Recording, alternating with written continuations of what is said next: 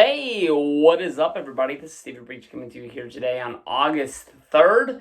It is a $5 Monday, and we're looking over stock talk for the day. Today was a green day, not by much, $14 over. I can already tell you that I know what pushed me to the edge to get me into the green, and that was FSTLY. FSTLY is a stock that I picked up shortly before the 4th of July. In the month of June, it was a $20 stock that quickly became a $40 stock. It doubled, and it has just continued every day, just pushing and pushing and pushing.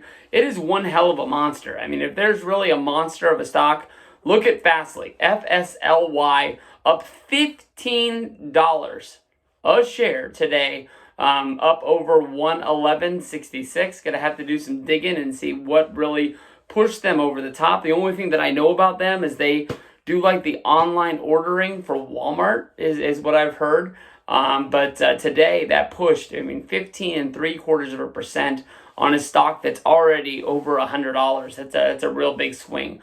IDEX had one hell of a day, up 11.5%. PENN had another one, up 6 2/3. With PENN, what you're gonna have to start thinking about them is, with DraftKings was up on the possibility that sports was coming back. PENN, National Gaming, hooked up with Barstool Sports, they don't have an online gaming app.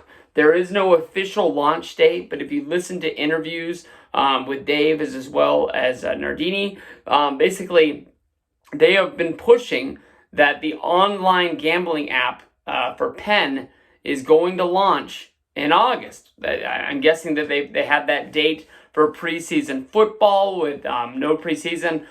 Your first gambling action for football would be in September. Are they going to push it back? So it's like you have opening week is a big week for the app and then the gambling coming in. But I think that is one of the real reasons why PENN is pushing forward. They do own real casinos, a lot like a Caesars does, formerly Eldorado Resorts. But those are open. But I think it's the possibility that this app is going to be big for them is why pushing them. My buddy Pinko bought this back in March, $4.75 a share, I believe, and right now PENN sitting at $36.10. One hell of a return right there.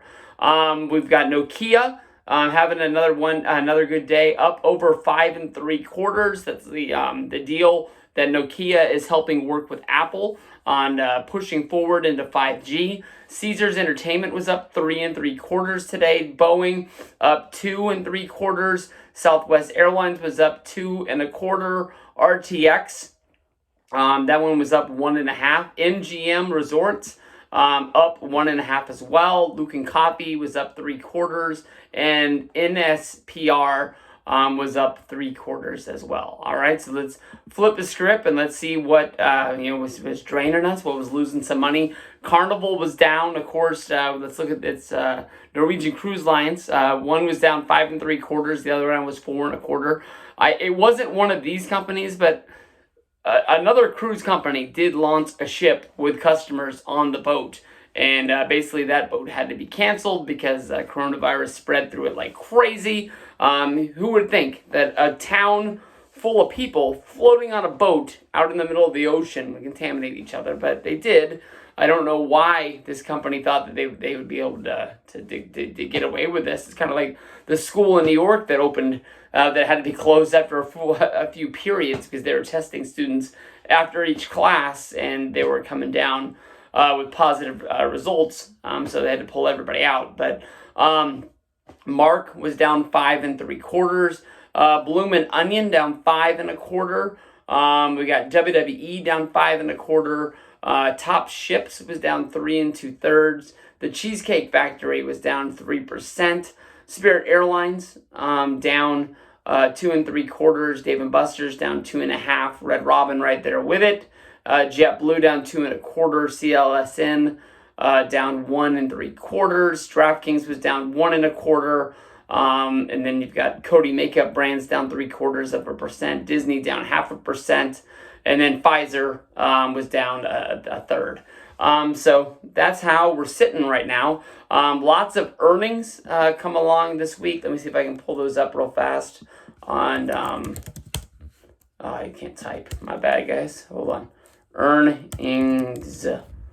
We're looking at PENN having earnings on Thursday. We have FSTLY having earnings on Wednesday. Caesars is on Thursday. Disney is tomorrow.